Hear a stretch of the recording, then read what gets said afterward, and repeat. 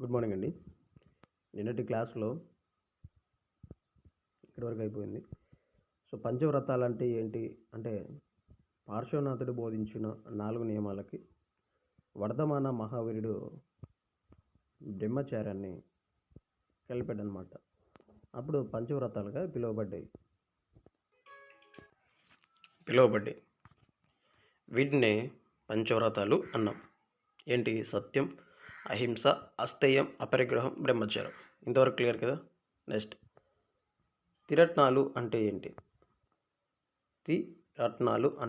త్రిరత్నాలు అంటే ఏంటి అంటే సరైన విశ్వాసం, సరైన జ్ఞానం, సరైన క్రియ. అంటే మహావీరుడు భావనతో శ్రద్ధగా విశ్వాసం కలిగి ఉండాలి. సరైన జ్ఞానం అంటే మహావీరుడి భావనతో సత్యాన్ని గ్రహించడం. సరైన క్రియ అంటే పంచవ్రతాలను పాటించడం. ఇక్కడ మీకు అన్ని ఇమేజ్లు ఇచ్చాను, జూమ్ చేసుకొని చూడండి, క్లియర్గా ఇచ్చాను. మొత్తం ఉన్న కంటెంట్ మొత్తం ఇమేజ్లోనే ఉంటుంది. ఓకే. నెక్స్ట్, సల్లేఖన వ్రతం అనగా ఉపవాసాలు చేస్తూ నగ్నతను పాటిస్తూ శరీరాన్ని కృషింప చేసుకొని మరణించడం. ఉపవాసము చేస్తూ సల్లేఖన వ్రతం అంటే ఏంటి అంటే ఉపవాసాలు చేస్తూ నగ్నతను పాటిస్తూ, ఇలా ఇక్కడ ఉన్నారు చూడండి, దిగంబరులు ఉపవాసాలు చేస్తూ నగ్నతను పాటిస్తూ శరీరాన్ని కృషింప చేసుకొని మరణించడం. అయితే జైన మతాన్ని ఓకే అండి. సో ఇక్కడ మనకి చంద్రగుప్త మౌర్యులు అలా చనిపోవడం జరుగుతుంది, మౌర్యుడు. ఓకే. ఇక్కడ జైన మత గ్రంథాలు పాలి లేదా ప్రాకృత భాషలో రచించబడ్డాయి. ఇక్కడ ఇంపార్టెంట్ అండి, ప్రీవియస్ బిట్ ఇది. జైన మత గ్రంథాలు పాలి లేదా ప్రాకృత భాషలో రచించబడ్డాయి. పాలి లేదా ప్రాకృత భాషలో రచించబడ్డాయి. జైన మత గ్రంథాలను అంగాలు అంటారు. జైన మత గ్రంథాలను అంగాలు అంటారు. వెరీ వెరీ ఇంపార్టెంట్ అండి. జైన మత గ్రంథాలను అంగాలు అంటారు. అంగాలు ఎన్ని ఉన్నాయంటే 12 ఉన్నాయి. ఉప అంగాలు 12 ఉన్నాయి. ప్రకరణ గ్రంథాలు 10 ఉన్నాయి. తర్వాత మూల సూత్రాలు 4, ఛేద సూత్రాలు. అయితే జైన మతంలోని ప్రధాన శాఖలు 2 ఉన్నాయండి. జైన మతంలో ప్రధాన శాఖలు 2 ఉన్నాయి. ఒకటి శ్వేతాంబరులు, 2 దిగంబరులు. జైన మతంలో ప్రధాన శాఖలు 2 ఉన్నాయి. ఒకటి శ్వేతాంబరులు, 2 దిగంబరులు. శ్వేతాంబరులు, దిగంబరులు. అంటే శ్వేతాంబరులు అనగా శ్వేత అంటే తెల్లగా అని అర్థం. శ్వేతాంబరులు అంటే తెల్లని వస్త్రాలు ధరించేవారని, దిగంబరులు అంటే నగ్నతను పాటించేవారని అర్థం. ఇక్కడ శ్వేతాంబరుకి నాయకుడు ఎవరు అంటే శ్వేతాంబరులు నాయకుడు పార్శ్వనాథుడిని వాళ్ళు ఆరాధించేవారు. శ్వేతాంబరులు ఆరాధించేది పార్శ్వనాథుడిని. అయితే వారి నాయకుడు స్థూల భద్రుడు. శ్వేత స్థూల గుర్తుపెట్టుకోండి, శ్వేత స్థూల. ఓకే. శ్వేతాంబరులను ఆరాధించింది, అనుసరించింది పార్శ్వనాథుడు కాగా వీరి నాయకుడు స్థూల భద్రుడు. వీరు తెల్లని వస్త్రాలు ధరిస్తారు.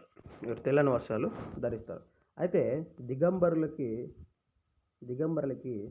వీరు ఎవరిని అనుసరించారు అంటే వర్ధమాన మహావీరుని అనుసరించారు. వర్ధమాన మహావీరుడు యొక్క గుర్తు ఏంటి? కామెంట్ చేయండి. సీరియస్గా చదువుతున్నారు. వర్ధమానుడి మహావీరుడు యొక్క గుర్తు ఏంటి? వర్ధమానుడి మహావీరుడు యొక్క గుర్తు ఏంటి అంటే పార్శ్వనాథుడు పాము, వృషభనాథుడు ఎద్దు. అలాగా వర్ధమానుడి మహావీరుడు యొక్క గుర్తు ఏంటి? కామెంట్లో పెట్టండి. తర్వాత వర్ధమాన మహావీరుని వీరు అనుసరించేవారు వీరే దిగంబరులు. వీరి నాయకుడు భద్రబాహు. భద్రబాహు ప్రోద్బలంతోనే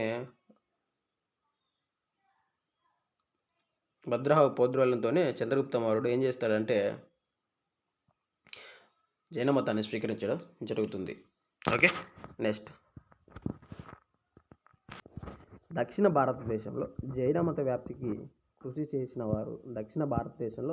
వ్యాప్తిని చేసిన వారు భద్రబాహు దిగంబరి నాయకుడు. ఓకేనా. తర్వాత భద్రబాహు నాయకత్వంలో జైన మతాన్ని దక్షిణ భారతదేశం విస్తరించింది. ఇక్కడ పర్టికులర్లీ అనంతపూర్కి సంబంధించి ఏదైనా అడిగితే ఆంధ్రప్రదేశ్కి సంబంధించి పర్టికులర్ అనంతపురం, ఆంధ్రప్రదేశ్ రాయలసీమలోని అనంతపురంలో జిల్లాలో కొండ కుందాచార్యుడు అనే గురువు జైన మతాన్ని ప్రచారం చేశాను. చాలాసార్లు అడిగిన బిట్టండి.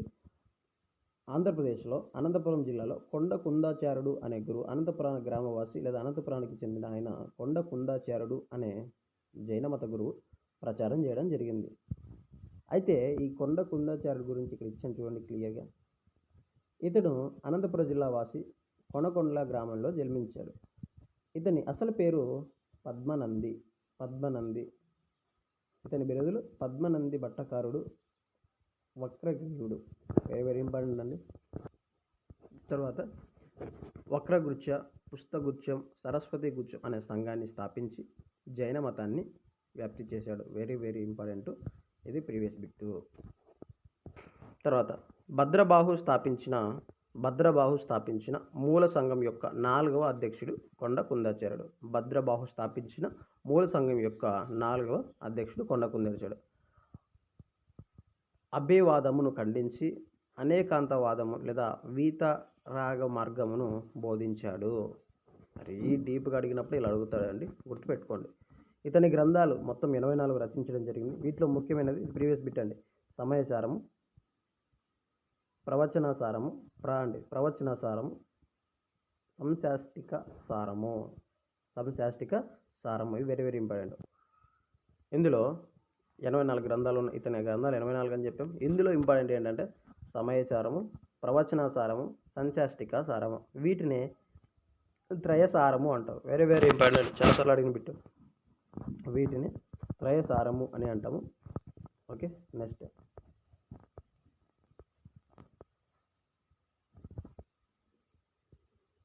జైన మత శాఖలైన శ్వేతాంబరులు, దిగంబరులకు మధ్య ఉన్న తేడా ఏంటి అనేది చూద్దాం. ఇక్కడ స్థూలభద్రుడు శ్వేతాంబరులకు సంబంధించి స్థూలభద్రుని అనుచరులు శ్వేతాంబరులు అంటాము. భద్రబాహు అనుచరులను దిగంబరులు అంటాం. తెల్లని వస్త్రాలు వీరు ధరిస్తారు. వీరు నగ్నతను పాటిస్తారు. పార్శ్వనాథ వాదాన్ని సమర్థిస్తారు. వీరు మహావీరుడు వాదాన్ని సమర్థిస్తారు. అయితే నూతన శాఖ తేరా పంథీలుగా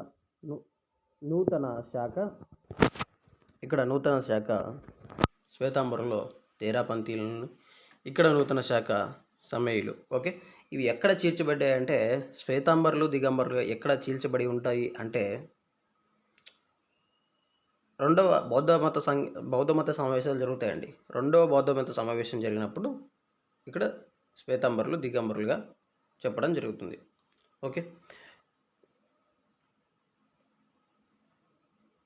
ఓకే అండి, ఈరోజు వాట్సాప్లో నేను కోడ్ పంపిస్తున్నాను. పీడిఎఫ్ పంపిస్తున్నాను. ఈరోజు గుడ్ ఫ్రైడే సందర్భంగా ఎలాంటి కోడ్ లేదు, జస్ట్ ఈస్టర్ అని పెట్టేయండి, నేను పంపిస్తాను. ఓకేనా,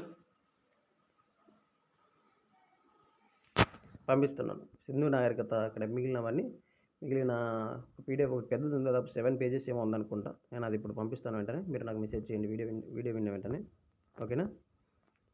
జైన మత సమావేశం, మొదటి సమావేశం అంటే పాటలీపుత్రములో క్రీస్తుపూర్వం 300 మౌర్య చంద్రగుప్తుని కాలములో, చంద్రగుప్త మౌర్యుడు లేదా మౌర్య చంద్రగుప్తుడు, ఈయన జైన మతాన్ని స్వీకరించి సల్లేఖన వ్రతం కర్ణాటకలోని శ్రావణ బెల్గొల ప్రాంతంలో చనిపోవడం జరుగుతుంది. పాటలీపుత్రంలో క్రీస్తు పూర్వం 300 సంవత్సరం మౌర్య చంద్రగుప్తుడి కాలంలో స్థూలభద్రుడి అధ్యక్షతన జరిగింది. ఈ మొదటి సమావేశంలోనే 12 అంగాలను సంకలనం చేయడం జరిగింది. జైన మత గ్రంథాలను అంగాలు అంటారు.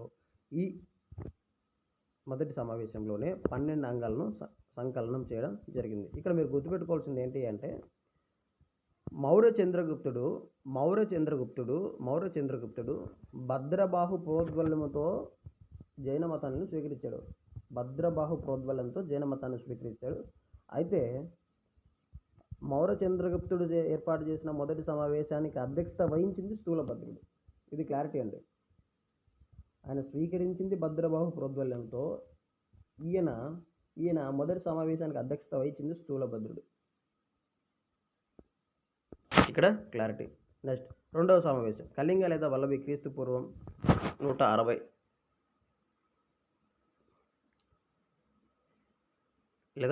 లేదా ఇక్కడ మెయిన్ ఏంటి అంటే క్రీస్తు శకం 5వ శతాబ్దం అని పెట్టుకోండి. దేవార్తి క్షమాపణ అధ్యక్షతన కళింగ రాజైన కరవేలుడు కాలంలో జరిగింది. దీనిలో జైన మతం 2 అంటే ఏ సమావేశంలో జైన మతం 2 విభాగాలుగా విభజించబడింది అంటే జైన మతం యొక్క రెండవ సమావేశం కళింగ పట్టణంలో జరిగింది. కళింగ పట్టణంలో జరిగిన కరవేలుడు నిర్వహించిన కళింగ పట్టణంలో జైన మతం రెండు భాగాలుగా విడిపోయింది. అది ఒకటి శ్వేతాంబరులు, 2 దిగంబరులు. ఈ శ్వేతాంబరుల నాయకుడు స్థూలభద్రుడు, దిగంబరుల నాయకుడు భద్రబాహు. జైన మతాన్ని అనుసరి జైన మతాన్ని ఎక్కువగా అనుసరించింది చక్రవర్తులు. జైన మతాన్ని ఎక్కువగా అనుసరించింది చక్రవర్తులు. తర్వాత చంద్రగుప్త మౌర్యుడు కళింగరాజు అనుసరించారు. తర్వాత శాతవాహన రాజు శ్రీముఖుడు అనుసరించాడు. వెంగి చాళుక్యుల రాజైన ఒకటో విష్ణువర్ధనుడి భార్య అయిన అయ్యన్న మహాదేవి, మూడవ విష్ణువర్ధన్ అనుసరించాడు. తర్వాత రెండవ అమ్మరాజు మరియు అతని భార్య చమ్మకాంబ అనుసరించింది. విమలాదిత్యుడు తన గురువు అయిన త్రికాల సిద్ధి యోగికి విజయనగరం రామతీర్థాన్ని ఇస్తాడు. తర్వాత రాష్ట్రకూతులు అనుసరించారు. తొలి కాకతీయులు జైన మతాన్ని అనుసరించడం జరిగింది. ఇక్కడ జైన మతానికి సంబంధించిన విషయాలు ఏంటి అంటే, జైనులు పూజించిన శ్రీదేవత విద్యాదేవి. ఇది ప్రీవియస్ పెట్టండి. జైనులు పూజించిన శ్రీదేవత విద్యాదేవి. జైనులకు స్ఫూర్తిగా ఇచ్చినవి ఉపనిషత్తులు. జైనుల లక్ష్యం మోక్ష సాధన. వీరు మోక్షాన్ని, దుఃఖ కర్మ నుండి విముక్తి కోసం నమ్మేవారు. వీరు ఆత్మ ఉందని, పాపపుణ్యాల గత జన్మ ఫలితమే అని నమ్మేవారు. జైన మత పతనానికి కారణం ఆ మతంలోని కఠిన నియమాలే. Very very very important. Jaina మతానికి కారణం ఆ మతంలోని కఠిన నియమాలే. ఓకేనా? ఇదండి ఈరోజు క్లాసు.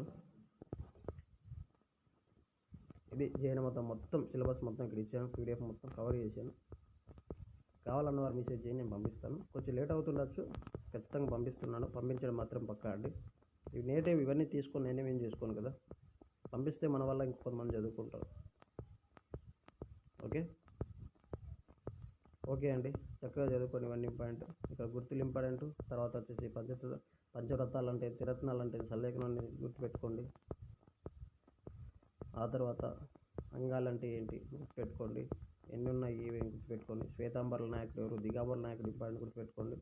కొండ కుందేచాడు యొక్క గ్రంథాలు ఈ త్రైసారాన్ని గుర్తుపెట్టుకో. సమయ, ప్రవచన, సంచాష్టిక సారం గుర్తుపెట్టుకోండి. తర్వాత జైన మతం యొక్క తేడా గుర్తుపెట్టుకోండి. సమావేశాలు 2 జరిగాయి. మొదటి స్థూలభద్రుడు అధ్యక్షత వహిస్తే, రెండవది దేవార్తి క్షమాపణ అధ్యక్షత వహించడం జరుగుతుంది. ఆ తర్వాత అండి ఇక్కడ మత విషయాలు ఏ రాజులు అంగీకరించారో జైన మతాన్ని గుర్తుపెట్టుకోండి. మత విషయాలకు సంబంధించి జైన మత యొక్క దేవత విద్యాదేవి అని గుర్తుపెట్టుకోండి. జైన మతానికి కారణం ఏంటి పతనం అవడానికి అంటే కఠిన నియమాలు, ఇవన్నీ గుర్తుపెట్టుకోండి. ఓకేనా? All the best.